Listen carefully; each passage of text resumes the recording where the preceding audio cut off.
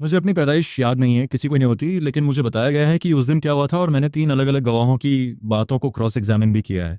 इसलिए मुझे पूरा भरोसा है कि ये कहानी सच है। मेरे महल पहुंचने की अगली सुबह कोर्ट में एल्ड्रिन ने फर्स्ट टच रिचुअल परफॉर्म किया। शाही नवजातों के लिए ये एक स्टैंडर्ड प्रोसीजर है, जिसमें वो एक क्रिस्टल वॉन्ड को बच्चे की हथेली से टच करते हैं। वो क्रिस्टल ब्लड लाइन को पढ़ता है, फिर वाइट ग्लो करता है और 2 बार पल्स करता है। इस पूरे प्रोसेस में 11 सेकंड्स लगते हैं। एल्ड्रिन ये रिचुअल 412 बार कर चुके थे। बरसों बाद जब मैंने उनसे पूछा तो उन्होंने खुद मुझे ये बात बताई थी। 412 बार और कभी कोई दिक्कत नहीं हुई। उन्होंने जैसे ही वॉन्ड को मेरी हथेली से टच किया, क्रिस्टल चमकने या पल्स करने के बजाय सीधा बीच से टूट गया। किसी को कुछ समझ आता उससे पहले ही उसके दोनों टुकड़े पत्थर के फर्श पर गिर चुके थे। एल्ड्रिन खाली हाथ खड़े रह गए। मेरे पिता, जो एक एम्परर हैं, वो भी पलंग के पास बिल्कुल निहत्थे खड़े थे, जो उनके जैसे इंसान के लिए काफ़ी अजीब बात थी। मैंने वो वॉन्ड देखी है। एल्ड्रिन ने 40 साल तक उन दोनों टुकड़ों को अपनी डेस्क पर रखा। उनके पास इस बात का कोई जवाब नहीं था। मेरे पास आज जो जवाब है, लेकिन उन्होंने कभी पूछा नहीं और मैंने कभी बताया नहीं। कुछ चीजें रहस्य ही बनी रहे तो बेहतर है।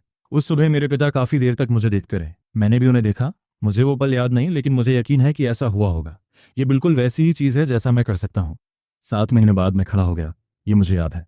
साफ तौर पर तो नहीं, क्योंकि 7 महीने की उम्र में यादें किसी कहानी की तरह नहीं, बल्कि सिर्फ एक एहसास की तरह होती हैं। लेकिन मुझे वो दीवार और खुद फैसला लेने का वो पल अच्छी तरह याद है। फर्श ठंडा था। वॉलपेपर पर एक खास डायमंड पैटर्न बना हुआ था। मैं हफ्तों से इस चीज़ की मैकेनिक्स को समझ रहा था। मैं देख रहा था कि नर्समेट्स कैसे चलती हैं, वो अपना वेट कैसे शिफ्ट करती हैं और बैलेंस कैसे बनाती हैं।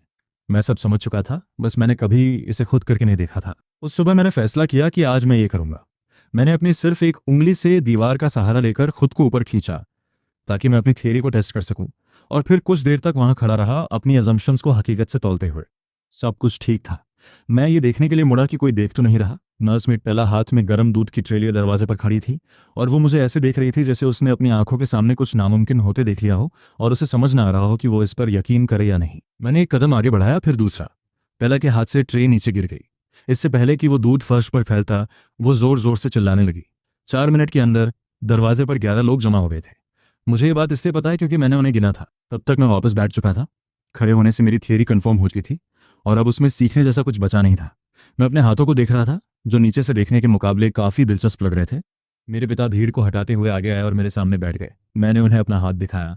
उन्होंने उसे बहुत ही संजीदगी से देखा, बिल्कुल वैसे ही जैसे वो हर चीज़ को देखते थे।